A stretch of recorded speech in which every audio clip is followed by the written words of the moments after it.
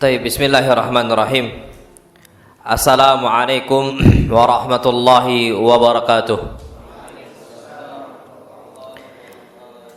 Alhamdulillahi wassalatu wassalamu ala rasulillah. Hayyakumullah wa bayyakum wa saddadanillah wa iyyakum alal khairi wal huda mahayina. Wa as'aluhu bimannihi wa karamihi ayaj'alani wa iyyakum min ahlil ilmi wal qur'ani tadabbura wa fikha innahu ala kulli syai'in qadir wa bil ijabati jadir.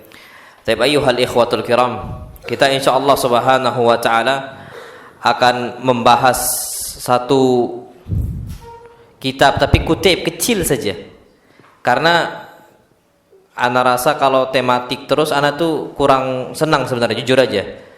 Cuman kalau kitab, anggaplah kayak Bulughul Maram, sebulan sekali, lupa yang lalu. Kita bahas hari ini masih ingat, bulan depan apa? Udah lupa. Nah, ala kulli hal insyaallah subhanahu wa ta'ala maka kita akan membahas satu kitab kecil tapi faedahnya besar insyaallah. Yakni khamsah wa khamsun wasiyah min wasayar Rasul sallallahu alaihi wasallam. 55 wasiat dari wasiat Rasul kita Muhammad sallallahu alaihi wasallam. Taib. Wasiat yang pertama disebutkan oleh Syekh di sini, dan ini Pak, Masya Allah, cuman 45 halaman, tapi tetap harus beberapa pertemuan, enggak bakal langsung selesai bisa dan sebagainya seperti itu. Taib. Wasiat yang pertama disebutkan oleh Syekh di sini adalah fadlu la ilaha illallah. Keutamaan dari ucapan apa? La ilaha illallah. Bukan cuma sekedar ucapan la ilallah, tapi hatinya la ilaha illallah, dan juga amalnya, perbuatannya la ilaha illallah. Disebutkan dalam satu hadis yang sahih, an Abi Hurairah radhiyallahu taala anhu qala, qultu ya Rasulullah, man as'adun nasi bi syafa'atika yaumal qiyamah. Abu Hurairah ketika itu bertanya kepada Rasul kita Muhammad sallallahu alaihi wasallam. Apa kata beliau? Ya Rasulullah, wahai Rasul sallallahu alaihi wasallam, man as'adun nasi bi syafa'atika yaumal qiyamah. Siapa manusia yang paling bahagia mendapatkan syafaat engkau pada hari kiamat? Qala Rasulullah sallallahu alaihi wasallam, maka Rasul kita Muhammad sallallahu alaihi wasallam mengatakan, laqad dhanantu ya Aba Hurairah alla yas'alani an hadza ahadun awwal minka.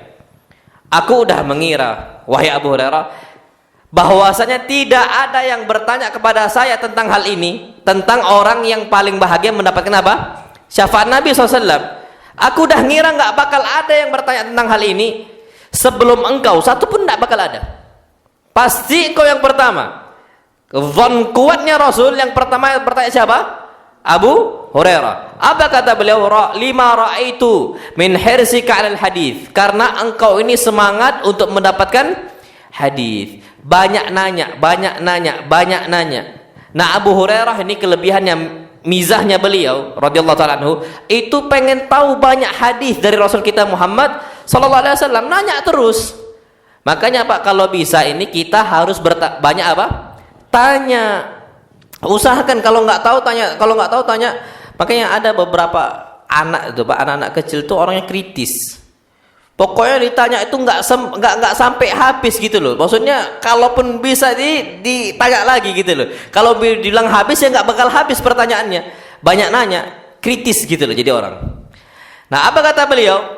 As'adun nasi bi syafa'ati yaumal qiyamah. Orang-orang yang paling bahagia mendapatkan syafaat aku pada hari kiamat, man qala la ilaha illallah. Siapa saja mengucapkan la ilaha illallah, khalisan min qalbihi, murni dari hatinya. Jadi bukan ikut-ikutan. Banyak orang yang mengucapkan la ilaha illallah, apa yang terjadi?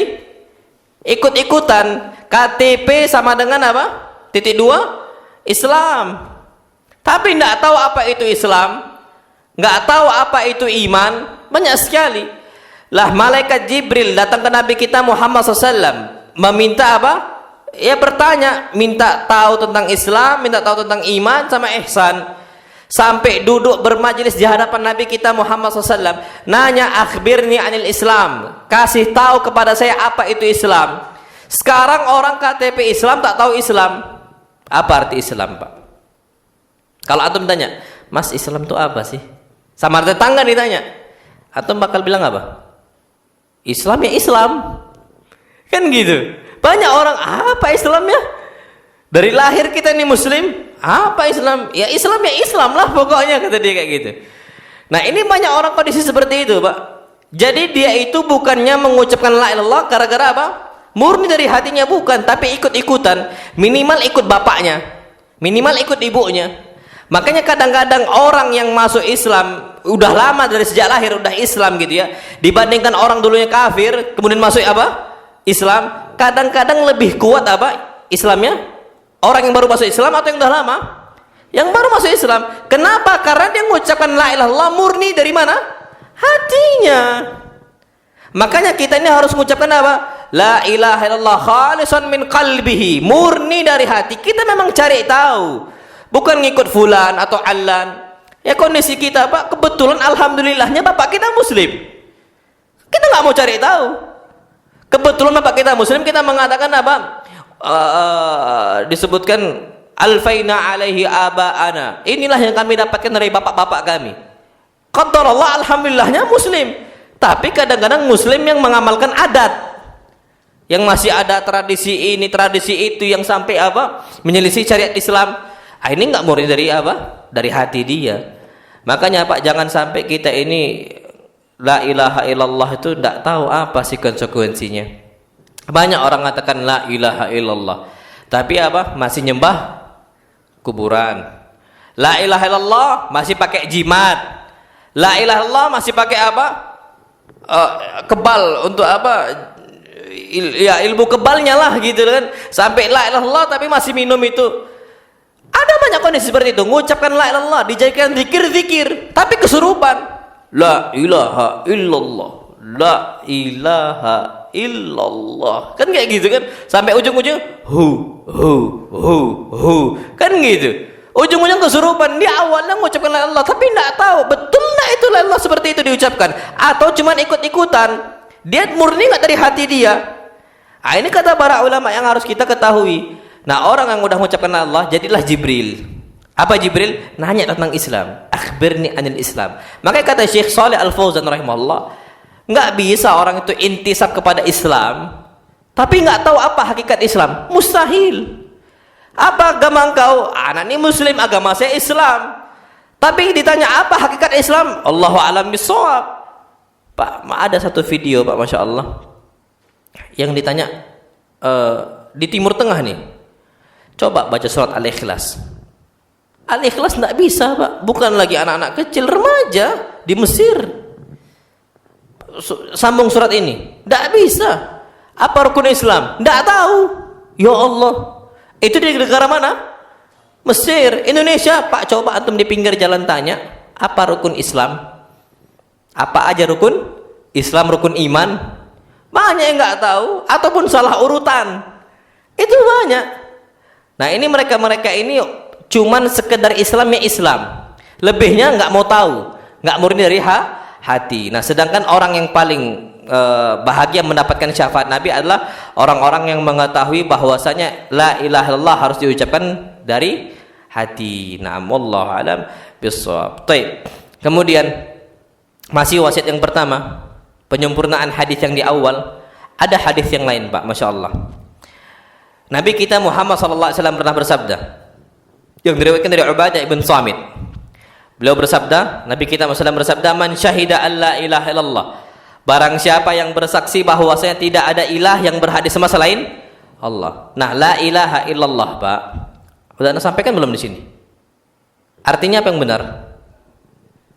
La ma'budu bihaqqin illallah. Tidak ada sesembahan yang berhak disembah selain Allah.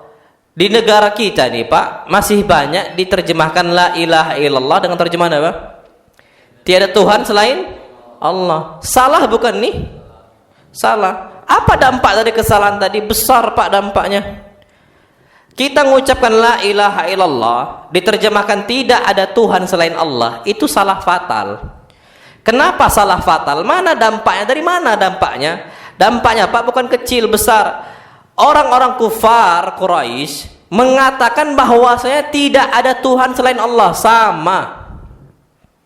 Karena mereka menyatakan dengan jelas bahwasanya yang menciptakan langit dan bumi siapa? Allah. Dalam Al-Quran disebutkan, wala in sa'altahum man khalaqas samawati wal arda la yaqulun Allah. Kalau seandainya engkau bertanya kepada mereka, orang-orang kafir di sana, orang-orang musyriknya, yang nyembah patungnya, yang nyembah apanya, kalau engkau bertanya kepada mereka, siapa yang menciptakan langit dan bumi? Mereka katakan apa? Allah. Jadi Tuhan itu Allah sama mereka. Siapa yang ngasih rezeki? Apa kata mereka? Allah. Siapa yang menyembuhkan? Siapa? Allah. Tapi mereka ini minta kesembuhan kepada Allah melalui patung, minta rezeki melalui patung.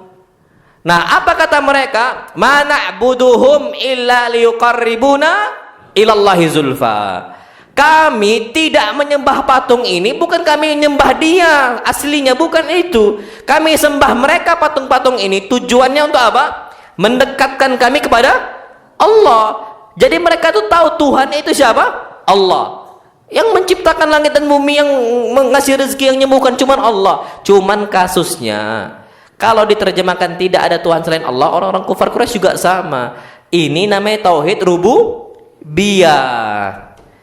Nah, yang benar tidak ada ilah selain Allah, tidak ada sesembahan selain Allah. Nah, itu yang benar, Pak. Tidak ada Tuhan yang berhak disembah selain Allah. Maksudnya, Pak, kalau seandainya kita mengatakan la ilaha illallah dan kita yakin yang menciptakan langit dan bumi semuanya adalah Allah, tok cuman Allah saja, maka jangan sembah-sembah yang lain. Ngerti nggak Pak sampai sini? Ah, itu dia la ilaha illallah. Jadi orang-orang kufar Quraisy juga mengatakan tidak ada Tuhan selain Allah. Itu memang mereka mengatakan, tapi tauhid rububiyah. Sedangkan tauhid itu juga ada tauhid uluhiyah, mentauhidkan Allah bukan dalam sifat Allah saja, bukan dalam perbuatan Allah saja, dalam perbuatan makhluk. Doa cuma kepada Allah Subhanahu wa taala saja. Kemudian meminta kesembuhan cuma kepada Allah saja, dan seterusnya. Nah, wallahu alam bissawab. Baik, kita kembali kepada tema hadis Nabi kita Muhammad sallallahu alaihi wasallam. Man syahida alla ilaha illallah. Barang siapa yang bersaksi tidak ada ilah selain Allah Subhanahu wa taala. La syarikalah, tidak ada sekutu baginya. Wa anna Muhammadan abduhu wa rasuluhu. Dan bahwasanya Muhammad adalah utusan Allah dan Rasulnya Allah Subhanahu wa taala. Wa anna Isa abdullahi wa rasuluhu. Dan bahwasanya Isa siapa? Abdullah wa rasuluhu, hambanya Allah dan Rasulnya Allah. Wa kalimatuhu alqaha ila Maryam wa ruhun minhu. Dan bahwasanya Isa ini apa? Kalimatullah. Kalimatnya siapa? Allah. Yang Allah campakkan kepada siapa? Maryam. Kalimat apa itu? Kun, jadilah. Itu kalimat Allah mengatakan kun, Allah campakkan kepada apa? Maryam. Jadilah Isa bin Maryam wa ruhun minhu, dan ruh dari siapa? Allah. Nah, ini bahaya, Pak. Orang itu banyak salah faham, wa ruhun minhu, ruh dari Allah, seakan-akan bahwasanya Isa ini bagian dari Allah. Ngerti nggak Pak antum? Ini banyak orang salah faham.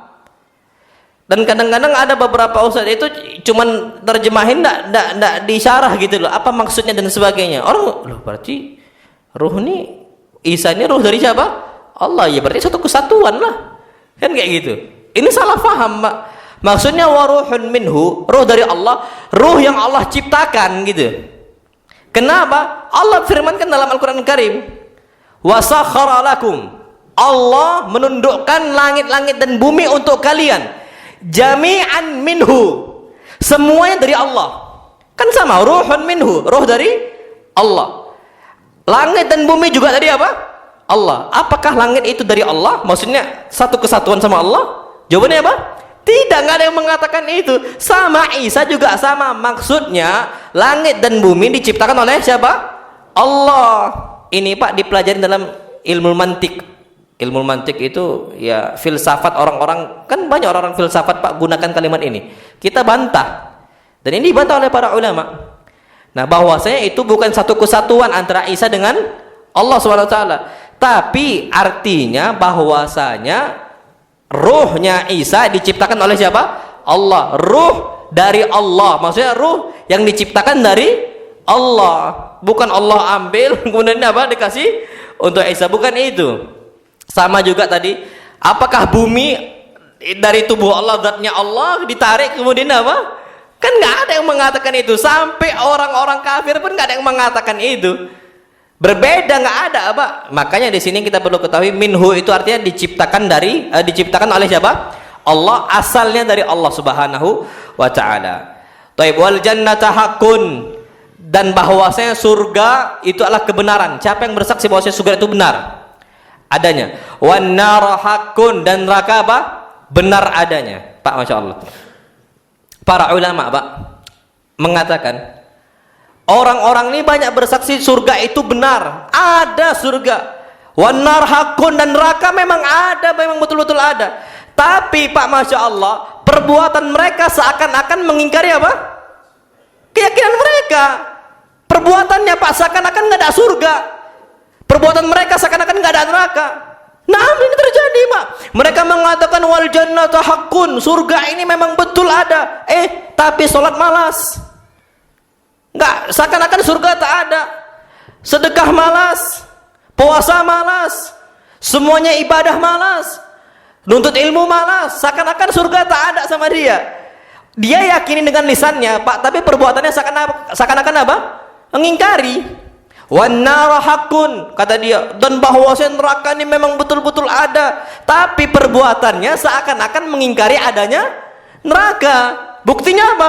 Maksiat dikerjakan, ada apa dikerjakan, zalim tetangga dikerjakan, lisannya tak dijaga dikerjakan, seakan-akan tidak meyakini bahwasanya ada apa? Al jaza, yaumul jaza, hari pembalasan. Seakan-akan tidak ada yaumul hisab, hari hisab. Seakan-akan pada ujungnya tidak ada namanya neraka. Nyantai-nyantai aja dia cela orang, nyantai-nyantai aja dia ngomongin orang, nyantai-nyantai aja dia zina, dia mencuri, dia zalim, dia pukul orang dan sebagainya. Seakan-akan tak ada apa?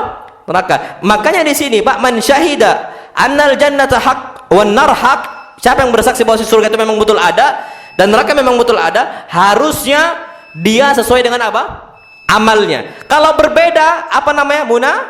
Munafik. Perbuatannya tak selaras dengan apa? Ucapannya dan keyakinannya, berarti ini munafik. Karena memang amal itu Pak ngikutin hati, lisan tuh suka berdosa. Makanya kalau kita mengatakan bahwasanya kami ini meyakini surga itu ada, neraka itu ada, harusnya amal yang ngikutin. Kalau lisan nih Pak suka dusta, kalau perbuatan ngikutin yang apa di hati. Makanya Pak, Masya Allah, disebutkan dalam hadis yang sahih, orang-orang dalam firman Allah Subhanahu wa taala dalam Al-Qur'an Al-Karim, orang-orang munafik itu Pak kalau negakkan salat apa? Qamu kusala, mereka malas. Kenapa mereka malas? Karena memang di hati mereka tidak yakin dengan kewajiban salat, itu saja. Ya, orang mereka aslinya munafik kok kafir, cuman bersembunyi di balik apa? Islam. Nah, ini banyak kondisi kita Pak sekarang seperti itu. Kita meyakini surga ada, neraka ada, seakan-akan, tapi yang mengingkari apa? Perbuatan. Walaupun lisan kita Pak kenceng di situ, Pak, nggak, hampir rata-rata Masya Allah yang amal perbuatan itu pasti ngikutin hati. Kalau lisannya suka dusta. Makanya pada hari kiamat Allah Subhanahu wa taala tutup apa? Mulutnya, tidak bisa. Manusia semua ditutup mulutnya, nggak bisa berbicara. Yang berbicara apa? Kulit-kulit berbicara, tangan-tangan berbicara. Kenapa? Kalau lisannya suka dusta, udah suka aneh-aneh dia dan sebagainya. Mengatakan di dunia kami beriman, aslinya nggak beriman. Tapi pada hari kiamat ini yang tahu semuanya, kulit-kulitnya. Sampai kita mengatakan, Masya Allah, Allah firmankan kulit-kulit mereka pun akan bersaksi pada hari kiamat. Apa kata mereka? Kata manusia yang zalim kepada Allah SWT, orang-orang munafik, kenapa engkau itu apa? Lima syahidtum alaina, kenapa engkau itu bersaksi untuk kami wahai kulit? Ini berat kondisinya bagi kami.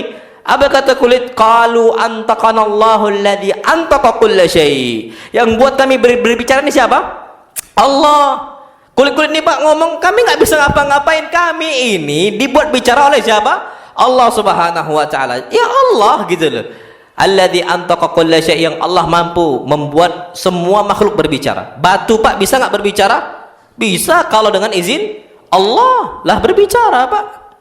Dan itu terjadi di zaman Nabi kita Muhammad sallallahu alaihi wasallam. Batu apa mengucapkan salam untuk Nabi kita Muhammad sallallahu alaihi wasallam. Itu dengan izin Allah. Itu terjadi.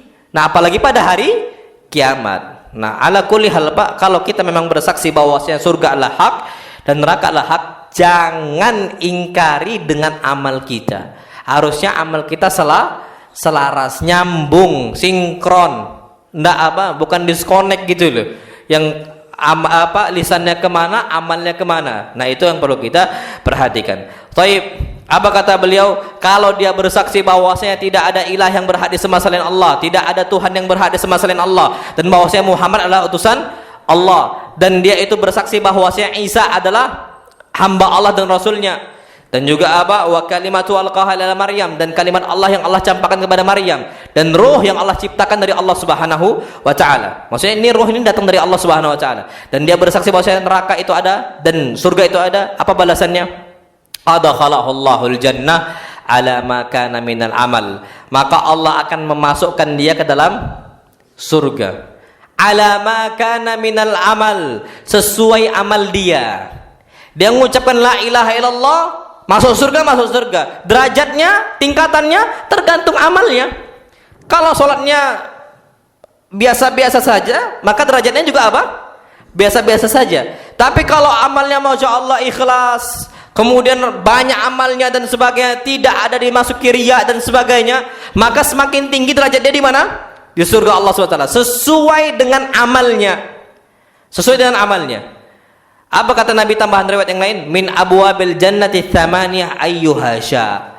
Masuk dari pintu surga berjumlah berapa? 8. Dia masuk dari pintu yang mana dia mau. Di situ Pak ada pintu Ar-Rayyan. Khusus untuk orang apa? Puasa. Ada pintu mujahidin. Ada pintu sedekah. Itu banyak sekali Pak. Bab birrul walidain, pintu apa? Berbakti kepada kedua orang tua. Ada 8 ala kulal semuanya itu. Tapi dia pilih, dikasih pilihan masuk dari pintu mana yang dia suka, yang dia mau. Dan itu Masya Allah Pak, keutamaan yang besar sekali. Adzan. Nah, fadhal adzan dulu, nanti lanjutkan badal adzan.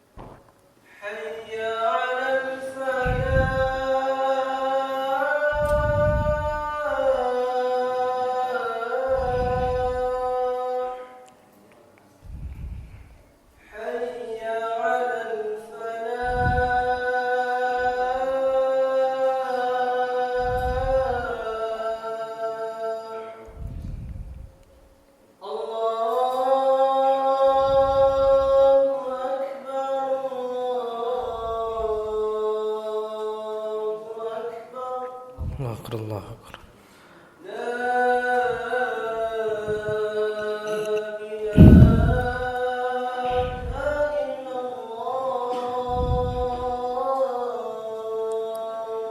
La ilaha illallah Allahu rabb hadhihi ta'atita wa salatul qaimat.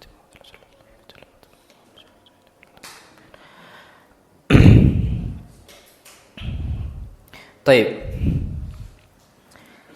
Kita lanjutkan. Kemudian ada satu hadis. Nabi kita Muhammad sallallahu alaihi wasallam bersabda, "Man kana akhiru kalamihi la ilaha illallah, dakhala jannah." Siapa saja yang akhir hidupnya mengucapkan apa?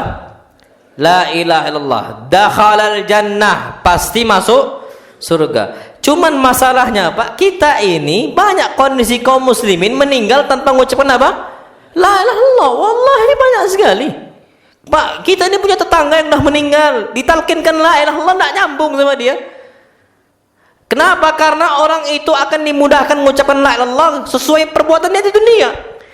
Makanya Allah firmankan dalam Al-Qur'an Al-Karim, "Yutsabbitullahu alladhina amanu bil qawli tsabiti fil hayatid dunya wa fil akhirah wa yudhillullahu adh-dhalimin wa yaf'alullahu ma yasha."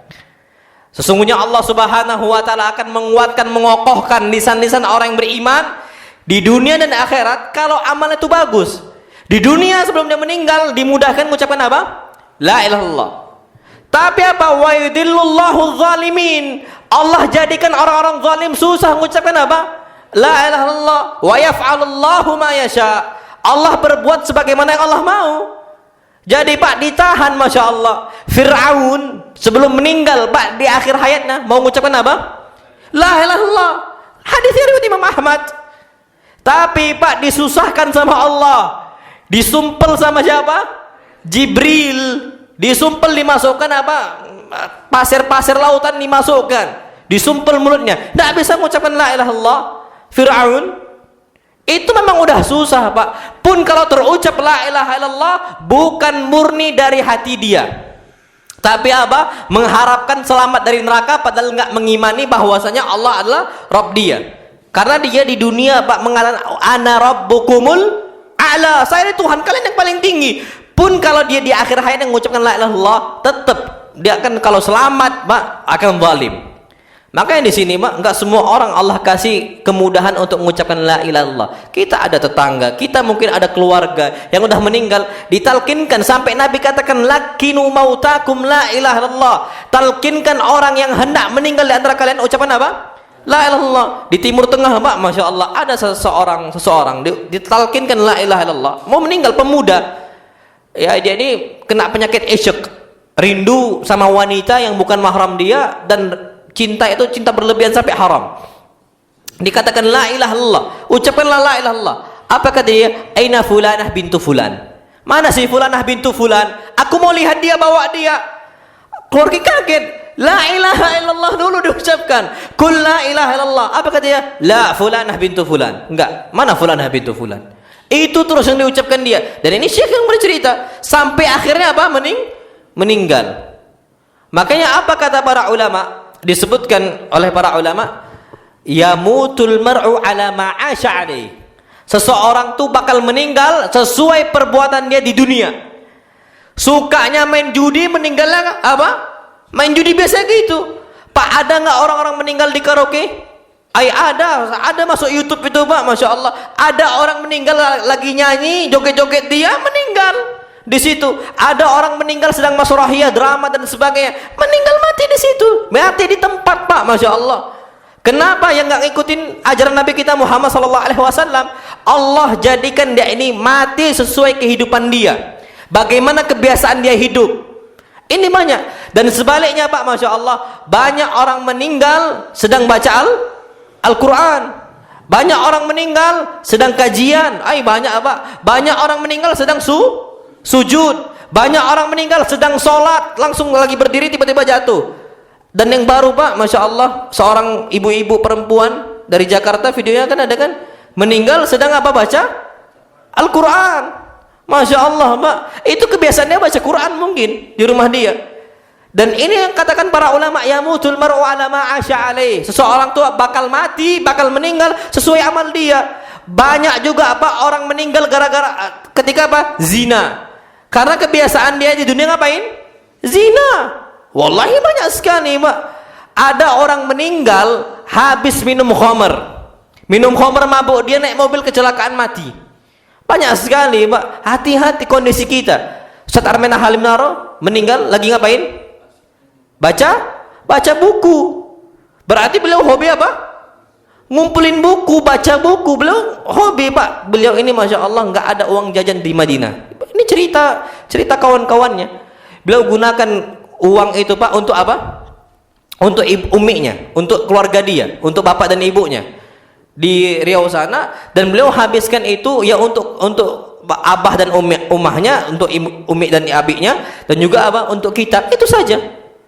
Dan qadarullah Ustaz Abdullah Zain nulis fikih dakwah, tulisan fikih dakwah, sebelum dicetak kan dimurojaah dulu. Istilahnya dicek dulu isinya. Jadi dimurojaah, istilahnya dicek ulang ada nggak yang salahnya, kalau ada dikasih dan sebagainya. Lagi itu baca langsung meninggal rahimahullah. Anak lagi di pondok dulu, masih kelas mutawasid, masih SMP. Kabar itu dapat. Dan itu kondisi yang terjadi. Jadi orang-orang itu meninggal sesuai dengan apa dan bagaimana kondisi dia masih hidup. Hati-hati. Dan apa kata Nabi kita Muhammad SAW dalam hadis yang sahih? Wa yub'atsu kullu 'abdin 'ala ma mata 'alaihi. Dan seseorang akan dibangkitkan oleh Allah Subhanahu wa taala bagaimana kondisi dia ketika mati. Jadi dia mati bagaimana kondisi dia ketika hidup, dan dia dibangkitkan oleh Allah Subhanahu wa taala bagaimana kondisi dia mati. Masya Allah, Pak. Itu nyambung. Ada orang-orang yang dia itu Masya Allah dipanggil oleh Allah Subhanahu wa taala, dibangkitkan oleh Allah Subhanahu wa taala mulabbiya, sedang bertalbiyah, labbaik Allahumma labbaik. Orang-orang yang mati ketika haji banyak, Pak, mulabbiya. Ada orang-orang Masya Allah mati dalam kondisi darahnya masih apa? Bercucuran. Habis ngapain dia? Jihad di jalan Allah Subhanahu wa taala. Banyak kondisi orang-orang seperti itu. Dan nasallallahu salamatu wal afiyah, ada orang yang dibangkitkan oleh Allah gelapnya sebetul-betul gelap. Enggak ada cahaya sama sekali. Malah salat, malah wudu. Itu banyak, Pak, kondisinya. Sedangkan orang-orang yang beriman itu, Pak, cahaya apa? Bersinar, yas'a nuruhum baina aydihim wa biaimanihim. Mereka itu cahayanya nyala di hadapan mereka, betul-betul nyala, terang gitu loh, Pak. Mereka mengatakan Rabbana atmim lana nurana waghfir lana, ya Allah, terus sempurnakan cahaya kami seperti ini sampai kami berjumpa dengan Engkau. Waghfir lana, dan ampuni kami. Orang-orang malah sholat, Pak, habis, tidak ada sama sekali. Susah. Mereka apa? Dan bahkan orang-orang malas baca Quran, Allah jadikan dibangkitkan pada hari kiamat dalam kondisi apa? Buta. Tidak pernah baca Quran, tidak pernah tadabbur Quran, tafsir Quran tidak pernah dipelajari. Di koleksi tafsirnya iya, di rumah tafsir Ibn Katsir ada, Mbak, tafsir semisal apa lagi Al-Qurtubi besar, tapi cuma sebagai apa? Pajangan saja, koleksi. Quran diturunkan, Mbak, bukan untuk dikoleksi, untuk diapain? Dibaca, ditadabburi isinya. Sedangkan orang-orang, Pak, yang nggak baca Quran itu seakan-akan kita buta. Hakikatnya, Pak, orang tak mau baca Quran apa? Buta di dunia. Itu hakikatnya. Walaupun kita bisa melihat. Nah, Allah bangkitkan orang-orang itu sesuai dengan bagaimana kehidupannya di dunia. Dibangkitkan dalam kondisi apa? Buta. Apa kata mereka? Qala rabbi lima hasyartani a'ma. Dalam Quran nih, Pak, mereka ngadu. Qala rabbi lima hasyartani a'ma wa qad kuntu basira. Ya Allah, kenapa Engkau bangkitkan dalam kondisi kami ini buta? Dulu di dunia bisa apa? Melihat. Kami bisa lihat, ya Allah, kenapa sekarang buta? Apa kata Allah? Kadzalika atatka ayatuna fanasitaha wa kadzalika al-yawma tunsa. Begitulah dunia kalian dulu, datang ayat Al-Qur'an untuk kalian. Ayat kami datang untuk kalian. Pak, kadang-kadang mushaf ini pun dikasih sama ikhwan. Fadl akhi, antum ambil, fadl. Datang Quran itu sendiri, Pak, untuk kita. Tanda-tanda kebesaran Allah udah banyak yang kita bisa lihat. Ternyata apa? Fanasitaha, kalian lupakan ayat Al-Qur'an Al-Karim. Wa kadzalika al-yawma tunsa. Pada hari ini kalian juga bakal dilupakan oleh kami. Allah nggak bakal urus. Allah tetap jadikan itu buta. Oh, Pak, Masya Allah. Kalau ini dimatikan semua, Pak, gelap malam ini, nggak ada bulan dan nggak ada bintang, gelap nggak? Gelap, nggak ada setan dan sebagainya. Ternyata, Pak, hari kiamat tuh, Masya Allah, betul-betul zulam. Gelapnya, Masya Allah. Makanya orang rajin ke masjid, Pak, di malam hari, sholat isya, sholat maghribnya, dan bahkan sholat subuhnya, itu cahaya betul-betul apa? Terang. Apa kata Nabi kita Muhammad SAW? Basyiril masya'ina fi dhulam yaumal qiyamah. Berikanlah kabar gembira untuk orang-orang al-masya'in yang selalu berjalan ke masjid, sholat isyanya dan sholat apa? Subuhnya di malam hari, fi dhulam bin nurit tami yaumal qiyamah, dengan cahaya yang sempurna pada hari kiamat. Orang, Pak, yang berjalan di malam hari, isyanya, subuhnya, seakan-akan ada cahaya untuk dia, padahal dia nggak pakai apa? Cahaya, tapi dia bisa ke masjid. Berarti kan dia itu memang paksakan diri dia untuk ke masjid, seakan-akan Allah kasih cahaya. Nah, tapi kalau orang-orang nggak mau ke masjid, Pak, malas-malas jamaahnya dan sebagainya, hati-hati. Padahal dia udah sadar, Pak, udah bangun gitu loh. Kalau nggak bangun kelewatan, nggak sengaja uzur, lain cerita, Pak. Karena ada hadis Nabi, man nasiya sholatan aw nama anha, barang siapa yang kelupaan sholat nggak sengaja atau ketiduran nggak sengaja, memang nggak betul-betul murni nggak sengaja. Ini kadang-kadang alarm udah hidup, diapain? Iya, semua lagi dimatiin, ditunda. Ya Allah, udah sadar itu. Ini jangan bilang anak nggak sengaja ketiduran. Itu sengaja itu. Kenapa dimatikan? Nggak ada ceritanya. Yang Allah kasih uzur itu untuk orang-orang apa? Yang tak sengaja. Makanya Pak, Masya Allah, usahakan, kita nggak pernah tahu apakah di akhir hayat kita mengucapkan la ilaha illallah ataukah tidak. Biasanya ini sholat isya dulu ya. Masya Allah, lupa nah. Allahu Akbar, nah isya dulu, nanti kita lanjutkan pada isya. Soalnya kajian yang lain ya Allah, lupa nah. Assalamualaikum warahmatullahi wabarakatuh. Lupa nah.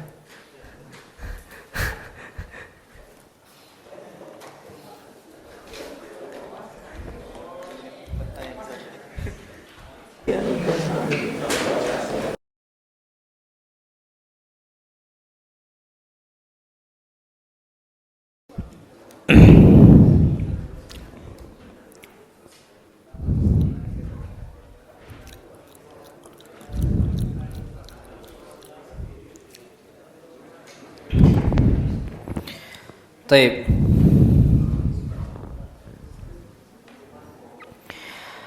Bismillahirrahmanirrahim. Assalamualaikum warahmatullahi wabarakatuh. Alhamdulillah wassalatu wassalamu ala Rasulillah. Kita lanjutkan kajian kita kembali. Masih dalam la ilaha illallah, Pak. Masya Allah. Dan Syekh di sini menyebutkan dalam riwayat Imam Muslim dan juga Tirmidzi, Nabi kita Muhammad sallallahu alaihi wasallam pernah bersabda, "Man syahida an la ilaha illallah wa anna Muhammadan Rasulullah harramallahu alaihi nar." Siapa saja yang bersaksi tidak ada ilah, tidak ada sesembahan yang berhak disembah selain Allah, dan bahwasanya Muhammad adalah utusan Allah, harramallahu alaihi nar, maka Allah akan haramkan diri dia masuk ke dalam api neraka. Tapi Pak, ini untuk orang balik-balik lagi murni dari hati, diikuti dengan amal. Ya kalau la ilaha illallah tiap hari masih nyembah kuburan, ya podo wae kan gitu. Sami mawon, nggak ada bedanya. Ya nggak ada bedanya, Pak. Cuman di ucapan, tapi masih nyembah apa? Kuburan. La in asyrakta la yahbatanna amaluk. Engkau banyak amal nih, Masya Allah, sholatnya banyak, sedekahnya nggak pernah putus, tapi masih syirik. Apa kata Allah? La yahbatanna amaluk. Semua amalnya bakal apa? Sia-sia, batal semuanya, Pak. La yahbatanna amaluk. Hitungannya habis, nggak ada sama sekali, nggak bisa ditimbang pada hari kiamat. Makanya kata para ulama di sini yang perlu kita ketahui, kalau kita memang bertauhid, murni tauhidnya, betul-betul la ilaha illallah, bukan sekedar ucapan, maka Allah Subhanahu wa taala haramkan kita masuk ke dalam api neraka. Dan Masya Allah, Pak, ya, kalau orang bertauhid itu bebas hidupnya, merdeka. Makanya para ulama memasukkan, Pak, keutamaan tauhid itu apa? Hurriyatul insan, bebasnya manusia dari apa? Kebergantungan. Nama bita'alluqi bil bashar awil makhluqat. Orang-orang nih, Pak, kalau berbuat syirik masih ada ketergantungan dengan apa? Dengan makhluk, dengan benda-benda. Kalau ke sana harus bawa keris, Kalau ke sana harus pakai cincin apa, harus pakai sabuk apa, ilmu-ilmu seperti itu kan ada kan Pak?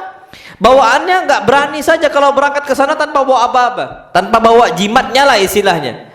Ini bahaya. Rumah kalau nggak pakai itu merasa nggak nyaman kata dia. Ya berarti itu dia jiwa dia nggak merdeka, nggak bebas. Orang bertauhid Pak, masya Allah, pergi keluar, ya Bismillahi tawakkaltu 'alallahi la haula wala quwata illa billah. Udah keluar, ya Alhamdulillah. Kapan kena musibah, ya dia kembali juga kepada Allah. Kapan semisal kecelakaan, na'udzubillah semisal, ya berobat pun dia mengharapkan kesembuhan kepada siapa? Allah. Tidak ada ke makhluk-makhluk seperti itu. Tapi Pak, banyak sekali orang-orang itu bawaannya takut kalau orang berbuat syirik. Nampak? Orang kalau kena gangguan setan, bawaannya apa? Takut. Sana merinding, apalagi ke masjid tidak mau. Ana ambil cerita ya, baru kejadian semalam. Diganggu sama setan, sama jin. Ana habis kajian di Al-Islam, pondok kita. Nggak tahu ya, di Al-Islam tuh di pondok itu kayaknya karena mungkin kebiasaan orang sana kan keyakinannya kan animisme. Jadi sama roh-roh tuh percaya. Udah ada kenal sunnah kayak gitu. Sampai ada yang rohnya mengatakan apa istilahnya ya, mbah-mbah mereka dulu kan ngasih istilahnya macam kayak jin nasab gitu loh, untuk jagain puyang-puyang mereka dan sebagainya. Jadi ada bekas dampaknya itu masih ada. Dan habis kajian dia ngomong sendiri pengen cepat pulang. Ini ummahat kena. Oh Pak, masya Allah baca Qurannya bagus, sering baca Quran. Tapi tiba-tiba entah kenapa kan agak ganggu syaitan dia di masjid itu, bawaannya pengen pulang. Padahal habis kajian kami ini Pak selalu makan-makan satu masjid itu. Jadi waktu itu kemarin tuh makan kami kan makan-makan, bukan makan ringan Pak, makan besar, makan mie pangsit waktu itu. Cuman kenapa bawaannya Anda tidak mau makan, Anda mau cepet pulang. Padahal yang lain nanti dulu, ini enak ini kan gitu. Anda nggak merasa risau dan sebagainya. Sampai rumah Pak, udah kemasukan. Rupanya memang jinnya nyuruh pergi jangan di situ biar untuk memasukkan tubuh dia. Akhirnya kemasukan, Mbak. Itu bawaannya ngomong, ana masuk masjid ini gelisah, takut bawaannya. Nah, kalau orang, Mbak, kalau diganggu sama syaitan apa yang terjadi? Takut. Ini Allah firmankan, "Innama dzalikumus syaitan yukhawifu awliya'ah." Itulah syaitan, namanya syaitan ya syaitan. Yukhawifu awliya'ah, suka buat takut para pengikutnya. Bawaannya takut. Antum jalan tengah malam, kok merindingnya tiba-tiba. Berarti apa? Diganggu antum sama syaitan. Lah masa jalan takut? Antum berani nggak Pak jalan ke hutan malam-malam? Takut ada ular, wajar. Takut ada kalajengking, wajar, itu manusiawi. Tapi takut dari nampak nanti kuntilanak dan sebagainya, ini diganggu sama siapa? Syaitan. Nggak ada Pak. Alhamdulillah ya, dulu Pak di Al-Islam itu kan tempatnya kan memang kosong, yang tinggal di situ cuman ana. Itu kan karena bekas kebun karet Pak, diratakan untuk jadi apa? Pondok. Belum ada santri waktu itu Pak, masih pembangunan kelas. Ana sendiri. Tiap malam Pak, anak keluar jam 1 malam ngecek bangunan, ngecek kayak gitu. Nggak ada Israel ngomong, bang abang berani ya kayak gitu. Ya ngapain takut? Harusnya apa? Ya memang berani ngecek Pak. Takutnya ada yang diambil. Kan kadang-kadang kan takutnya ada yang ngambil. Jadi kita cek gitu. Oh masih lengkap, masih ada ditutup dan sebagainya. Motor pun anak masukkan sana. Jadi anak cek tiap malam kayak gitu Pak. Karena belum ramai santri waktu itu. Dan bahkan nggak ada santri sama sekali. Nah jadi memang kita harus pemberani Pak, jangan bawaannya takut, apa-apa takut dan sebagainya. Kalau bawaannya takut Pak, itu udah diganggu sama siapa? Syaitan. Itu biasanya terjadi sama emak-emak. Sama emak-emak, umahat itu Pak masih banyak yang suka takut-takutan. Hati-hati. Dan itu memang perlu kita ketahui. Tapi kalau orang Pak yang mengucapkan la ilaha illallah, itu dia bebas, merdeka hidup dia.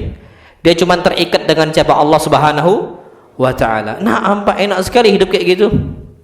Anak sampai sekarang ini kalau diminta istilahnya Ustaz, tolong Ustaz ruqyah istri anak, Ustaz ruqyah anak-anak, sampai sekarang anak nggak pernah takut, nggak pernah tolak. Cuman memang mau bantu. Kadang-kadang ada orang, jangan ngeri anak, takut anak itu ada. Jangan Mbak. Yang kita bacakan Quran, yang kita bacakan firman Allah. Masa iya syaitan mengalahkan firman Allah? Secara logika nggak mungkin, apalagi secara syariat gitu loh. Syaitan mengalahkan siapa? Allah. Tidak mungkin secara logika kita loh ya, secara akal kita yang kita bacakan Quran, Yang kita bacakan apa? Doa yang disyariatkan oleh Nabi kita Muhammad sallallahu alaihi wasallam dalam hadis-hadis yang sahih. Lah, masa iya tiba-tiba syaitan mengalahkan kita? Mustahil. Pakai sampai detik ini, Pak, walhamdulillah, anak tidak pernah terbetik, takut anak tidak ada. Memang harus kita ini pemberani jiwa apa? Pemberani, memang jiwa mau bantu gitu loh. Oh ya khair, ala kul ayo kita berangkat. Itu jam 10 malam, Pak. Semalam. Ya khair, ayo berangkat kita. Berangkat anak Pak ke sana. Baru masuk rumah, apa kata dia? Keluar kamu. Gak usah nempat di sini. Ini rumah saya, kata dia. Siapa yang mau nempat di sini? Ngomong, saya bertamu saja kayak gitu. Ya udah, keluarlah kayak itu. 15 menit keluar, alhamdulillah. Jadi Pak, jangan bawaannya itu sekali-kali jangan takut. Kalau udah tauhidnya kuat, wallah, syaitan itu akan apa? Ya akan di bawah kita. Karena memang Bani Adam itu tempatnya apa? Tinggi, mulia. Walaqad karramna Bani Adam, dan kami telah muliakan Bani Adam. Itu kalau tauhidnya kuat. Tapi kalau tauhidnya nanggung-nanggung, ya itu dia. Jangan nanggung, Pak. Tauhidnya tauhid sempurna. Jangan suka nanggung-nanggung. Nah, wallahu alam bishawab. Kemudian wasiat yang kedua, wasiat na'amah fit tauhid.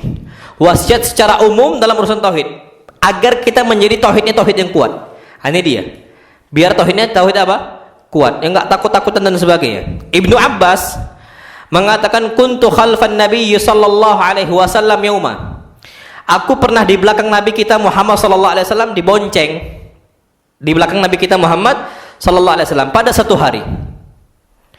Ini, Pak, Ibnu Abbas nyebutkan kondisi itu untuk menunjukkan apa?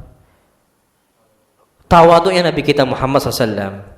Biasanya Nabi itu, Pak, dibawakan sama orang yang bawakan karena Nabi SAW. Tapi ada kalanya beliau yang nyupirin, beliau yang bawa, beliau yang gonceng. Harusnya yang gonceng siapa? Ibnu Abbas. Harusnya Mu'adz yang gonceng. Kadang-kadang apa kata Mu'adz? Kuntu radifan Nabi sallam. Karena memang ada kalanya, Pak, kita harus tawadhu. Jadi enggak selalu kita yang istilahnya dibawa. Ya tawadhu kita saja. Kecuali kita tak mampu, memang butuhlah orang. Kalau dekat-dekat situlah, maka kalanya kita ini penting untuk tawadhu. Baik. Apa kata Ibnu Abbas? Kuntu khalfan Nabi sallallahu alaihi wasallam yauman. Aku pernah di belakang Nabi kita Muhammad SAW pada suatu hari. Faqal, apa beliau sabdakan? Ya ghulam, wahai anak kecil. Karena Ibnu Abbas ketika itu masih kecil. Inni u'allimuka kalimat. Aku akan mengajarkan kepada engkau wahai Ibnu Abbas beberapa kalimat. Jadi, Pak, kalimat-kalimat ini harus kita fahami dan harus kita renungkan dan kita amalkan. Yang pertama apa kata beliau? Ihfazillah yahfazka. Jagalah agama Allah, niscaya Allah akan menjaga engkau. Pak, Allah nggak butuh ditolong, Allah nggak butuh dijaga. Tapi Pak, kita menjaga syariat Allah, kita menolong syariat Allah, menolong agama Allah. Fungsinya, Pak, manfaatnya untuk siapa? Untuk kita sendiri. Allah nggak butuh dijaga. Allah nggak butuh. Wallahu ghaniyun 'anil alamin. Dan Allah itu nggak butuh dari seluruh alam, jinnya, manusianya, malaikatnya nggak butuh. Pertanyaannya sekarang, Allah butuh nggak malaikat? Butuh nggak Allah sama malaikat? Nggak butuh. Tapi kenapa malaikat ditugaskan untuk mencabut nyawa? Ada yang mencatat amal, ada yang menjaga surga, ada yang menjaga neraka. Apakah Allah tak bisa menjaga semuanya? Apakah Allah tak bisa bekerja semuanya? Bisa nggak Allah? Bisa. Tapi kalau Allah kerjakan semua, ya ini kan kontradiksi. Allah itu Malikul Muluk, raja dari segala raja. Lah raja ada nggak bawahan? Ya ada. Aslinya Allah bisa semuanya. Tapi kalau Allah kerjakan semuanya, ya Allah bukan raja, pekerja namanya, kan gitu. Kalau Allah apa? Allah kasih tugas saja. Jadi Allah tuh mampu semuanya. Allah nggak butuh malaikat, nggak butuh pekerja, nggak butuh Allah SWT. Allah bisa. Tapi Allah menciptakan malaikat menunjukkan bahwasanya Allah tuh apa? Malik. Allah tuh raja gitu loh. Ya raja ya harus ada bawahan, Pak. Jadi antum jangan bingung loh. Kenapa ada malaikat? Antum pernah nggak sempat bingung? Kadang-kadang mungkin iya, Pak. Kenapa malaikat diciptakan? Katanya Allah bisa. Allah nggak butuh dari semua makhluk. Kenapa Allah ciptakan? Itu, Pak, Allah menciptakan itu fungsinya raja harus ada bawahan. Itu dia. Nah, taib. Ihfadillah. Jagalah agama Allah yahfazka. Niscaya Allah akan menjaga engkau. Pak, Masya Allah, menjaga agama Allah tuh semuanya kita jaga. Apa saja bentuknya, apa saja bentuknya. Yang wajib kita kerjakan, yang sunnah kita amalkan. Walaupun sunnah hatta sunnah. Jangan sampai kita mengatakan diajak, ayo sholatlah witir. Sholat witir, aduh, wajib atau sunnah sih? Sunnah, ya udah sunnah juga. Kan kadang-kadang gitu kan. Banyak orang seperti itu. Peliharalah jenggot. Jangan dipotong. Motong jenggot kan makruh kata dia. Anggaplah memang makruh, Tapi kalau makruh harus apa? Ditinggalkan. Zaman sahabat Nabi kapan dilarang? Ditinggalkan. Nggak nanya makruh atau haram, nggak ada. Dan kalau disunnahkan atau diperintahkan, dikerjakan, nggak nanya ini sunnah atau wajib. Nah, manusia sekarang, Mbak, Masya Allah, diperintahkan nanya dulu ini sunnah atau wajib. Sunnah, ayo udahlah kalau kayak gitu. Kalau yang dilarang, ini makruh atau haram? Makruh, ya udah makruh juga. Nah, ini jangan sampai seperti itu. Jaga agama Allah itu semua kita kerjakan. Ihfadillah tajiduhu tujahak. Jagalah Allah, jagalah agama Allah, maka engkau akan mendapati Allah di hadapan engkau. Maksudnya apa? Mudah sekali kita ini dibantu oleh Allah dengan menjaga sunnah-sunnah Nabi kita Muhammad SAW. Makanya Pak, Masya Allah, tidak usah jauh-jauh.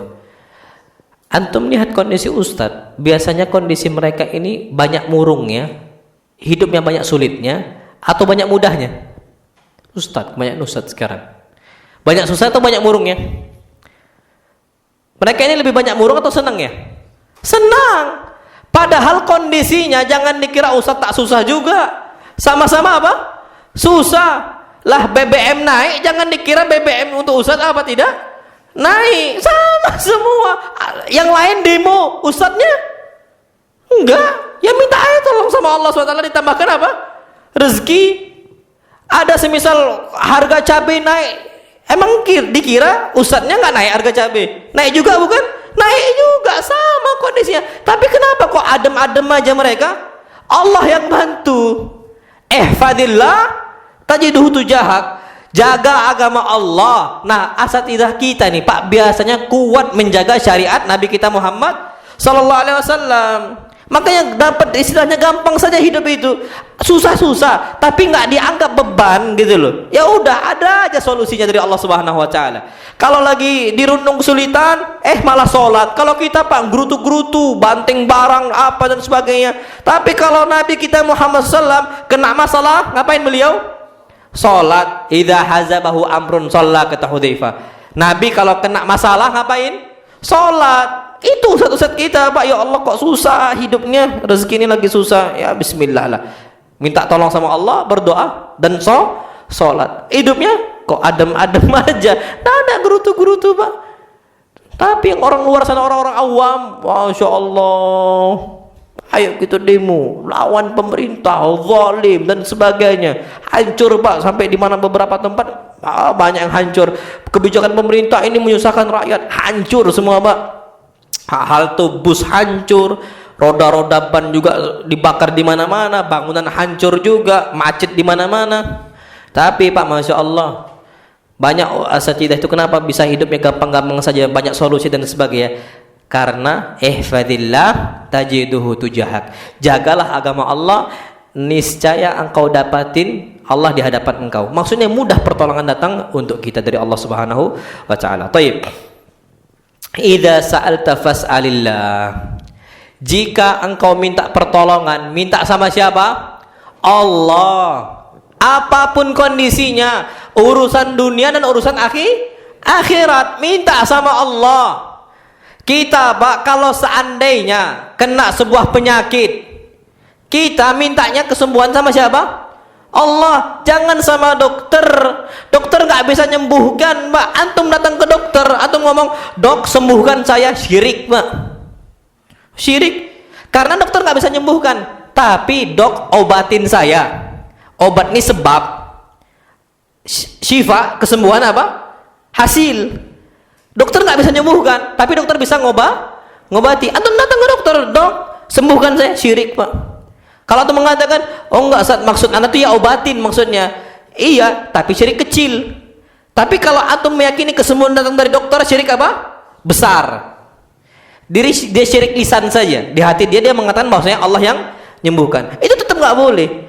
Tetap mintanya sama siapa? Allah SWT. Makanya Pak, ana kalau diminta ruqyah, ana ngomong, ana cuman sebab. Antum tanamkan, Pak, Bu, ana ini cuman sebab. Kesembuhan datang dari siapa? Allah. Kalau Allah nggak mengizinkan, nggak bakal bisa. Itu harus ingat. Jadi ana pulang tetap minta sama Allah. Jangan bayangkan dan sebagainya. Oh, ada ustadz ini alhamdulillah. Nggak. Siapa semuanya? Allah. Itu harus tanamkan, Pak. Kita sebagai dokter tanamkan. Tiap pasien kita, kamu datang ke saya, datang ke orang, dokter-dokter yang lain. Kalau Allah nggak sembuhkan, nggak bakal bisa. Datang dari siapa kesembuhan? Allah. Tanamkan gitu, Pak. Guru juga sama. Ana di sini wasilah untuk mengajarkan ilmu. Ilmu datang dari siapa? Allah Al-Alim. Wattaqullah wa yu'allimukumullah. Bertakwalah kepada Allah, maka Allah akan ajarkan ilmu. Pak, kenapa orang-orang ahlul ma'asi susah dapat ilmu? Orang suka maksiat susah dapat ilmu? Karena tak bertakwa. Kan jelas firman Allah, wattaqullah, bertakwalah kepada Allah, wa yu'allimukumullah, niscaya Allah kasih ilmu. Nah, orang-orang maksiat itu susah ngafal Quran, susah ngafal hadis, susah belajar agama. Kenapa tak bertakwa kepada Allah Subhanahu wa taala? Imam Syafi'i kenapa mudah ngafal Al-Quran, mudah ngafal hadis? Gara-gara bertakwa kuncinya. Nah, juga sama sebagai guru kita ustaz, kami wasilah saja. Wa illa aslinya siapa yang ngasih? Allah SWT. Makanya kalau antum sulit, doa sama Allah, Allahumma inni as'aluka ilman nafi'a. Kalau anak tidak bisa, hatta sekalibernya Ibnu Taimiyah, Masya Allah, Ibnu Qayyim rahimahumullah, ternyata kalau seandainya muridnya memang masalah dan Allah nggak mau ngasih ilmu, Allah nggak kasih izinkan dia dapat ilmu, nggak bakal apa? Bisa. Itu kunci, Pak. Jadi kita semua serahkan sama siapa? Allah Subhanahu wa taala. Wa idza sa'alta fas'alillah. Minta, kalau minta sama Allah. Sampai ada satu hadis, idza salullah hatta shis'ana lika idzan qata. Mintalah kepada Allah Subhanahu wa taala sampai tali sepatu yang lepas. Lepas, Pak. Masya Allah, lepas, ya Allah, bantu saya ya Allah. Wah, enak Pak hidup kayak gitu. Tapi kalau lepas sepatu, tali sepatu lepas, kita cuma ngikat gitu saja, nggak ngucapin bismillah, ya Allah bantu saya, rasanya tuh kayak gersang hidup itu, Pak. Tapi kalau apa-apa Allah tuh, Pak, rasanya nyaman gitu, tenang hidup itu. Kena sebuah penyakit, ya Allah, sakit ya Allah, obatin saya Allah, sembuhkan saya, itu enak Pak rasanya. Tapi kalau belum apa-apa, kita sendiri, ini bahaya. Ya sama Qarun, dapat harta nggak dinisbatkan kepada siapa? Allah. Di diri dia sendiri dia mengatakan, wa ma utituhu innama utitu ala ilmin indi. Aku dapat ini semua gara-gara apa? Ilmu saya. Dia sandarkan semua kepada siapa? Diri dia. Tapi kalau kita dapat rezeki, alhamdulillah ya Allah, rezeki ini Allah, Masya Allah, hadza minka walak, ya Allah, ini dari engkau dan ini untuk engkau. Balikkan itu apa? Sedekah. Ada yang kita makan untuk keluarga kita, untuk anak kita. Hadza minka walak, ya Allah, ini dari engkau dan ini kembali untuk engkau ya Allah. Jadi kita berdoa seperti itu, Pak. Semua dinisbatkan kepada siapa? Allah Subhanahu wa taala. Baik. Apa kata beliau? Wa alam annal ummata law istama'at ala an yanfa'uka bi syai'in lam yanfa'uka illa bi syai'in qad katabahu Allahu lak. Ketahuilah bahwasanya seandainya semua umat jinnya dan manusianya berkumpul semuanya, istama'u, berkumpul ala an yanfa'uka bi syai', untuk ngasih engkau manfaat dan sebuah faedah, dengan satu faedah kecil saja, lam yanfa'uk, mereka nggak bakal mampu ngasih engkau manfaat illa bi syai'in qad katabahu Allahu lak, kecuali dengan satu hal yang Allah telah apa? Tuliskan dan takdirkan untuk engkau. Pak, kalau Allah takdirkan dia ini sesat, dia ini menyimpang, 1000 ustadz pun nyampaikan dia nggak bakal mampu. Mau gelarnya LC, mau gelarnya apa? MA, mau gelarnya apa? Doktor, apalagi tak bergelar, apa nggak bakal bisa ngasih apa? Manfaat, nggak bakal bisa. Kenapa? Karena semua itu tergantung dari Allah, izin Allah semuanya. Makanya kita itu, Pak, minta tolong ya sama Allah saja, manfaat, minta semua manfaat duniawi dan ukhrawi ya sama Allah. Makanya doanya Rabbana atina fid dunya hasanah wa fil akhirati hasanah wa qina adzabannar. Di dunia minta kebaikan dari Allah, manfaat duniawi dari Allah mintanya, akhirat minta juga dari siapa? Allah Subhanahu wa taala. Sebaliknya Pak, Masya Allah, walau ijtama'u ala ayyadurruka bi syai', dan kalau mereka semua berkumpul untuk membahayakan engkau, jinnya dan manusianya, dari awal sampai akhir manusia dan akhir makhluk, jinnya semuanya berkumpul semuanya ala an yadurruka bi syai', untuk membahayakan engkau dengan bahaya yang kecil saja, bukan yang besar, yang kecil saja. Lam yadurruka illa bi syai'in qad katabahu Allah 'alaik, maka mereka nggak bakal bisa membahayakan engkau kecuali dengan satu hal yang telah Allah tulis untuk engkau. Jadi Pak, anak balik lagi ya cerita tadi. Jadi gini, anak pas ngerukyah kemarin semalam itu, syaitan itu Pak mau mukul anak. Kan dia buka jilbab ummahat tadi ya, Masya Allah, kaget anak kan. Baliklah anak ke sana. Dibukanya anak ngomong, hati-hati kamu, kena azab dari Allah, baru tahu buka aurat orang. Itu Pak tiba-tiba tangannya langsung kaku. Tangan dia awalnya nggak mau Pak dipakai jilbab, kan kebuka aurat ummahat. Anak tuh girah, anak tuh benci sama setan itu. Kenapa dibuka? Ini ummahat kan kayak itu Pak. Apalagi anak tahu dia itu orang yang bagus dan sebagainya. Dibuka sama dia, Allah marah, kesalahan anak seperti itu. Sampai anak ngomong, engkau kena adab sama Allah. Anak ngomong, tiba-tiba tangannya langsung kaku Pak. Mungkin kena cambuk juga dia sama malaikat kan kayak gitu. Anak minta tolong kan sama Allah SWT, akhirnya dipakai jilbab, terpakai. Anak ada pesana. Itu Pak tiba-tiba dia mau mukul kaki anak, nggak kena. Anak dia ada pesana Pak, anak tengok aja dia di lantai. Mukul apa? Mukul lantai. Padahal mau mukul apa? Kaki anak. Nggak bisa Pak. Kalau Allah tidak takdirkan kita kena bahaya, nggak bakal bisa Pak. Masya Allah, kita di jalan lintas ramai dan sebagainya, aslinya bisa kecelakaan. Bisa nggak Allah hilangkan kecelakaan tadi? Bisa. Itu udah bahaya Pak, udah terdempet kayak gitu. Akhirnya Allah selamatkan, bisa dengan cara Allah Subhanahu wa taala. Karena memang kita belum dituliskan kena bahaya. Kita belum Allah takdirkan untuk kena kecelakaan. Kita nggak ditakdirkan untuk itu.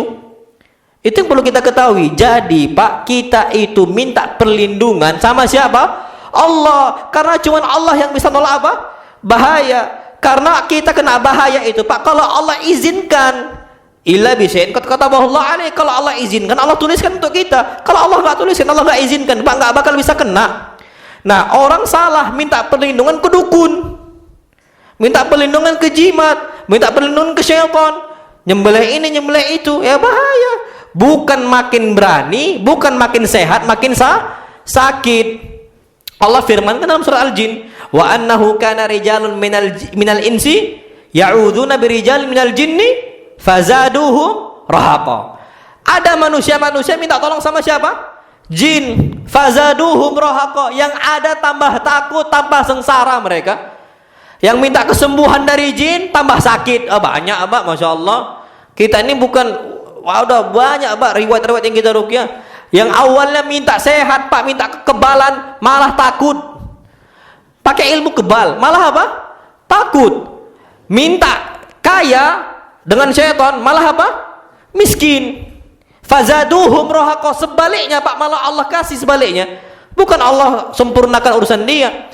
Makanya man ta'allaqa tamimatan fala atamallahu lahu. Siapa yang pakai jimat, Allah nggak bakal wujudkan cita-cita dia. Fala atamallahu lahu, Allah nggak sempurnakan cita-cita dia. Cita-cita dia mau kaya, Allah jadikan apa dia? Miskin. Hadis Nabi SAW. Banyak Pak di luar sana yang awalnya dia dipakai jimat malah bangkrut. Banyak enggak? Banyak. Apa istilahnya, warung-warung makan dan sebagainya. Itu terjadi Pak di mana-mana, Masya Allah. Dan itu hadisnya hadis yang sahih. Jadi kalau kita minta perlindungan dari mara bahaya, minta sama siapa? Allah Subhanahu wa taala. Itu Pak betul-betul kita yakinkan dalam hati, tauhid.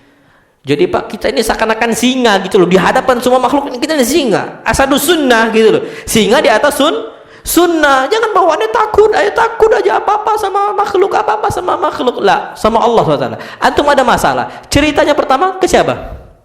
Allah. Sebelum cerita ke makhluk, mungkin antum butuh cerita untuk orang tua, cerita ke istri, penting, gak ada masalah sama sekali. Tapi pertama yang antum dahulukan siapa? Allah. Itu dulu Pak, tauhid kita ini. Dahulukan Allah, cerita dulu sama Allah Subhanahu wa taala. Mungkin Allah kasih pencerahan melalui istri, mungkin Allah kasih pencerahan melalui siapa? anak kita, tetangga kita, orang tua kita. Tapi pertama dahulukan siapa? Allah. Ini ngomong ke istri, ngomong ke anak, nggak ngomong ke siapa? Allah. Seakan-akan nggak butuh Allah. Ini banyak Pak kondisi orang nggak tahu kondisi dia itu sedang susah. Yang tahu permasalahannya, yang tahu solusi cuma siapa? Allah. Akhirnya ke orang-orang yang nggak bisa ngapa-ngapain. Na'udzubillahi min dzalik. Baik. Kemudian terakhir Pak, hadis yang terakhir. Nabi kita Muhammad SAW bersabda dalam sebuah riwayat, ta'arraf ila Allah fil raha ya'rifka fi syiddah. Kenallah engkau dengan Allah di masa lapang. Lagi kaya, ingat Allah, sedekah. Lagi sehat, ingat Allah, gunakan masa tubuh kita masa yang sehat. Ketika kita sehat waktunya, lagi luang, ingat Allah. Kenal Allah di waktu apa? Lapang. Maka apa? Ya'rifka fi syiddah. Maka Allah akan kenal kita ketika kita masih masa susah, masa sulit, masa sengsara. Kalau kita kaya suka sedekah Pak, ketika Allah takdirkan kita ini lagi susah, maka Allah apa? Bantu. Allah mudahkan semuanya. Kalau dia ini rajin membantu orang lain di masa dia lapang. Makanya Pak, anak udah sampaikan, orang-orang yang sering wakaf masjid, wakaf pondok, wakaf sekolah, wakaf Quran, sering sedekah masjid, sedekah apa untuk miskin, anak yatim dan sebagainya, sedekah untuk para tulabul ilm, nggak bakal susah hidup dia. Pun kalau lagi masa susah, langsung dibantu sama siapa? Allah Subhanahu wa taala. Yakin itu Pak? Ya kita udah rasakan dalam artian gini Pak. Kita rasakan itu dalam kondisi kita ini hidup ustadz-ustadz itu Pak. Jangan dikira lapang-lapang, banyak hartanya, banyak urusannya dan sebagainya, banyak yang bantu. Enggak. Susah kondisi kita, tapi banyak dibantu sama siapa? Allah SWT. Antum lihatlah setiap kita yang Allah kasih istiqomah untuk mereka. Jadi Pak, mereka ini kapan kena musibah, anggaplah pandemi. Yang lain udah nggak ingat Allah lagi. Kenapa sibuk ngurus nyari duit, nyari maisha? Kenapa? Mereka nganggap susah hidup itu. Tapi kalau Ustaz Pak, susah juga sama. Kena masa pandemi juga sama. Tapi tetap ingat Allah. Kenapa? Allah bantu urusan dia, seakan-akan dia tuh nggak butuh sampai ngoyo dalam urusan nyari dunia. Dibantu saja Pak. Dia buka toko, tiba-tiba berapa jam banyak yang datang ke dia. Banyak yang beli dan sebagainya. Beda sama orang yang kenal Allah. Masa sulit Pak, 8 jam pun tak ada yang masuk. Itu terjadi. Makanya itu Pak, kita perlu tahu bahwasanya kita akan dibantu oleh Allah ketika kita ini membantu orang lain di masa sulit dan masa lapang. Wallahu alam bissawab. Nabi kita mengatakan wa'lam annama akhta'aka lam yakun lisibak. Ketahuilah apa yang tidak mengenai engkau mara bahaya lam yakun liusibak, maka enggak bakal mengenai engkau. Dia enggak kena nih. Allah enggak takdirkan. Maka enggak bakal apa? Kena untuk kita. Pak, anak-anak pernah lihat, anak-anak kita lah santri lihat bola api, habis ngerukyah itu, lihat bola api Pak, tiba-tiba apa? Hilang sendiri di atas. Lihat mereka, kami lihat bola api di atas. Ya, ke rumah anak juga ada dan sebagainya. Alhamdulillah sampai sekarang kita sehat. Kenapa? Allah. Kalau tidak ada Allah Pak, baik kita nggak bakal bisa hidup. Hidup kita, mati kita tergantung sama siapa? Allah. Kita sehat dan kita sakit siapa semua? Allah. Tauhid kuatkan, gitu loh. Tauhid Pak, kita harus apa tanamkan tauhid di sini. Pakai apa yang tidak ngenain kita nggak bakal kena, nggak mungkin kena untuk kita, mustahil. Siapapun yang ganggu, dikirim oleh siapapun, sehebat apapun dia, kalau Allah nggak bisa, kalau Allah nggak takdirkan nggak bakal bisa kena untuk kita. Tapi sebaliknya, wa ma asabaka lam yakun liyukhti'ak. Tapi kalau Allah udah takdirkan kena kita, maka nggak bakal bisa apa? Lari. Pasti kena. Mau nggak bakal bisa apa? Melenceng. Pasti kena. Itulah makanya kita penting untuk ingat Allah terus, zikir terus kepada Allah Subhanahu wa taala. Dan lihat Pak, Masya Allah, apa kata beliau sallallahu alaihi wasallam, dan ini perhatikan. Wa'alam annan nasra ma'as sabr. Ketahuilah bahwasanya pertolongan ada bersama apa? Kesabaran. Pak, ma'a artinya itu berbarengan. Dakhaltul masjid ma'a Umar. Aku masuk masjid bersama Umar. Maksudnya berbarengan, samping-sampingan. Tapi kalau Anda mengatakan dakhaltul masjid tsumma Umar, aku masuk ke masjid kemudian Umar, beda bukan? Beda, ana dulu yang masuk baru Umar. Ini Pak, Masya Allah, apa kata Nabi SAW? Wa'alam anna nasra ma'as sabar. Ketahuilah bahwa pertolongan Allah datang berbarengan dengan apa? Sabar. Kalau sabar pasti langsung ada pertolongan. Langsung ada. Cuman kadang-kadang kita nggak tahu di situ pertolongan Allah. Allah belum kasih taufik untuk kita. Tapi aslinya udah datang bersama kita. Inna ma'al usri yusra. Sama kemudahan itu datang berbarengan dengan kesulitan. Sama Pak. Itu Allah katakan seperti itu. Ma'a, berbarengan. Bukan summa, bukan kemudian, tapi berbarengan. Datang kesulitan, di saat itu juga ada kemudahan. Jadi Pak, Masya Allah, jangan dikira ya Allah kapan pertolongan engkau itu datang untuk kami. Udah datang.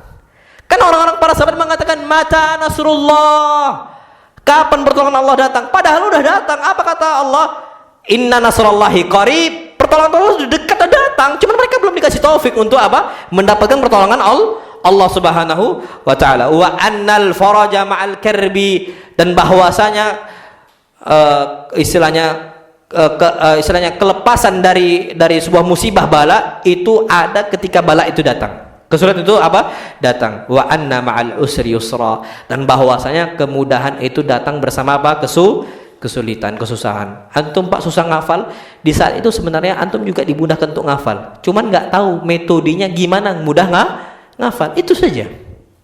Karena antum, ya betul nggak Pak? Betul. Antum susah ngafal. Aslinya di saat itu juga itu sama. Kemudahan Allah itu datang untuk antum ngafal. Antum tahu Al-Kisai rahimahullah. Anu udah cerita berkali-kali Pak di mana-mana. Al-Kisai ini ahli nahu. Sulit belajar nahu, enggak masuk-masuk nahu sama dia, saking kesalnya keluar dia dari majelis, enggak tahan lagi belajar nahu. Susah bagi dia. Al-Kisai rahimahullah. Keluar lihat apa? Semut. Bawa makanan. Naik mau ke sarangnya, Pak. Sebelum naik, Pak jatuh. Dibawanya lagi rotinya, naik lagi ke atas. Nyampe mau atas, jatuh lagi. Al-Kisai rahimahullah. Sampai yang ketiga baru berhasil. Apa kata Al-Kisai? Kalau semut tak berakal, saya tak menyerah dan akhirnya berhasil, apalagi saya yang Allah kasih akal, pasti berhasil. Cuman metodenya belum jumpa, belum ketemu metode yang gampang itu gimana. Jadi akhirnya orang itu kalah dengan apa? Syahwat dia. Ya Allah susah lah, ya Allah udah nggak usah lah. Kerja ya Allah, nyari kerja ini susah ya Allah, udah nggak usah kerja aja. Akhirnya nganggur, milih nganggur dibandingkan kerja, milih jahil dibandingkan berilmu. Udahlah, nggak usah belajar dan sebagainya. Itu banyak kondisi orang-orang seperti itu. Padahal tinggal metodenya saja. Itu aslinya udah Allah kasih kemudahan, cuman belum Allah kasih taufik untuk mengetahui itu. Nah, wallahu alam bissawab. Baik, insyaallah subhanahu wa taala pada pertemuan berikutnya kita masuk ke wasiat yang ketiga insyaallah. Pada pertemuan berikutnya. Ini insyaallah Pak, kecil ringkas tapi syarahnya bisa panjang. Ya ringkas 45 halaman cuman buku ini. Kecil saja. Cuman ya ana bakal syarah Pak, kita akan kembangkan. Tapi ini Pak, ya bukan yang susah, yang enggak nyambung gitu loh. Kalau antum sebulan sekali Bulughul Maram Pak, ya Allah bulan kemarin apa ya bahasnya kok lupa, nah kan gitu. Nah kalau ini enggak Pak, insya Allah ringkas, ringan-ringan dan pembahasan, tapi pembahasan faedah yang besar. Nah, wallahu alam bissawab. Kita lanjut pertanyaan jawab. Waalaikumsalam warahmatullahi wabarakatuh. Ustaz afwan, ana mau tanya, ana pernah baca Al-Qur'an tentang Harut dan Marut. Pertanyaannya pertanyaan ana siapakah Harut dan Marut itu? Mohon dijelaskan wahai Ustaz, barakallahu fik.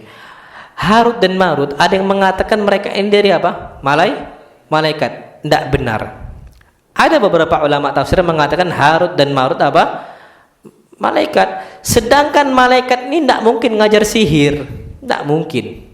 Lah apa firman Allah Subhanahu wa taala? Allah firmankan, "Wa ma yu'allimani min ahadin hatta yaqula innama nahnu fitnatun fala takfur." Harut dan Marut Pak ngajarkan apa sih? Sihir. Kan gitu. Yu'alliman, mereka ngajarkan apa? Sihir. Mungkin nggak malaikat ngajarkan sihir? Nggak mungkin. Ngajarkan sihir itu nggak mungkin. Kenapa? Allah firmankan dalam Al-Quran Al-Karim dalam tentang malaikat apa? Allah Subhanahu wa taala firmankan, wa yaf'aluna ma yu'marun la ya'sunallah. Mereka nggak pernah bermaksiat kepada Allah. Sedangkan maksiat yang paling besar ngajarkan apa? Sihir. Syirik Pak, dosa syirik itu syiriknya bukan syirik biasa, syirik besar yang apa? Menzalimin orang, memisahkan rumah tangga. Ini Pak dosa yang paling besar nih, syiriknya bukan syirik kecil lagi, syirik besar yang paling besar kan gitu. Diajarkan sama Harut dan Marut. Maka di sini kata para ulama, Harut dan Marut bukan malaikat. Kenapa? Malaikat enggak bakal bermaksiat sama Allah. Kemudian yang kedua, bahwa yaf'aluna ma yu'marun. Dan para malaikat sifatnya apa? Memerintahkan apa yang Allah, enggak mengerjakan apa yang Allah perintahkan. Mungkin enggak Allah perintahkan untuk mereka berdua berbuat sihir? Mungkin enggak Allah perintahkan berbuat sihir?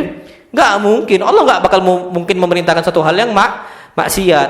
Nah, di sini kata para ulama, Harut dan Marut bukan malaikat. Pun kalau dikatakan dalam kitab-kitab tafsir malaikat, itu maksudnya orang yang tampan. Karena Yusuf juga disebutkan apa? Malaikat dalam surat Yusuf. Ma hadza basyara in hadza illa malakun karim. Ini bukan manusia biasa, tapi ini apa? Malakun karim. Malaikat yang apa? Mulia. Maksudnya saking tampannya wajah siapa?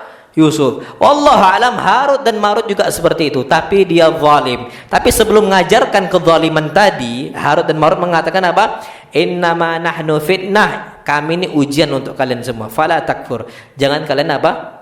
Kufurin Allah Subhanahu wa taala. Tapi tetap diajarkan kan gitu. Ini masalah. Ini macam dukun. Kami ini cuman apa? Cuman wasilah saja, kesembuhan dari Allah Subhanahu wa taala. Tapi caranya apa? Minta tolong sama syaitan. Pak dukun-dukun banyak ngomong kayak gitu. Kami ya dukun yang baru-baru kan, yang baru yang di TV yang itu Pak, si Udin itu kan ngomong kami nih nggak bisa nyembuhkan. Datangnya dari siapa? Allah. Tapi minta sama siapa dia? Jin. Dengan cara-cara yang salah dan sebagainya. Ya persis lah kayak Harut dan Marut. Kami ini cobaan untuk kalian, jangan kufurin Allah. Tapi ngajarkan apa? Sihir. Maka wallahu a'lam bishawab. Ini khilaf para ulama, tapi yang sahih bahwa Harut dan Marut bukan malaikat. Antum tak bacalah tafsir para ulama tentang hal itu. Nah, wallahu a'lam bishawab. Fadhil yang lain kalau ada. Nah, fadhil lagi.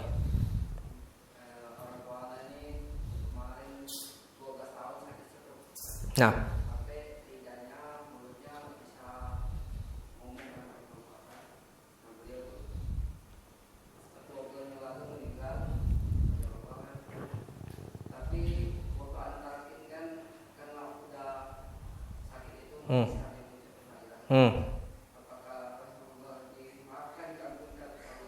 Nah, insyaallah na'am. Wa fiik barakallah. Insyaallah mudah-mudahan diampunkan oleh Allah Subhanahu wa taala. Kenapa? Karena setiap orang itu ada yang Allah jadikan dia ini enggak bisa untuk berbicara dengan apa? Lisannya. Ada orang a'ma, buta, ada orang akhras, ada orang buta, bisu, tuli dan sebagainya, enggak ngerti.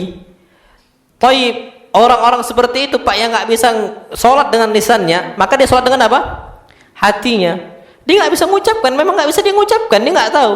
Maka dia sholat dengan apa? Hatinya. Maka itu kata para ulama, nah, wallahu a'lam bishawab. Kalau Allah Subhanahu wa taala mentakdirkan kita ini naudzubillah, la qadarallahu lana. Seandainya ada yang stroke lah, fulan stroke. Dia nggak bisa mengucapkan, maka ibadah dia dengan apa? Hati. Itu yang perlu kita ketahui. Dia nggak bisa ngapa-ngapain dan sebagainya, susah mengucapkan dan sebagainya. Kalau hati dia memang betul-betul murni, tadi man qala la ilaha illallah khalisan min qalbihi. Murni dari mana? Hatinya. Tapi kalau lisan yang mengucapkan la ilaha illallah hatinya mengingkari, ya munafik. Tapi kalau lisan dia nggak bisa ngomong karena ada uzur, tapi Pak dia yakin dengan apa? Hati khalisan min qalbihi. Murni dari apa? Hati, dakhalal jannah. Insyaallah masuk surga. Mudah-mudahan minta tolong sama Allah Subhanahu wa taala agar diampunkan. Ucapkan terus Rabbi firli wali walidayya warhamhuma kama rabbayani shaghira. Itu insyaallah Pak derajat orang tua kita akan ditinggikan oleh Allah Subhanahu wa taala. Karena ada hadis yang sahih, Nabi bersabda, ada seorang yang fajir, yang masya Allah fajir, berbuat maksiat terus.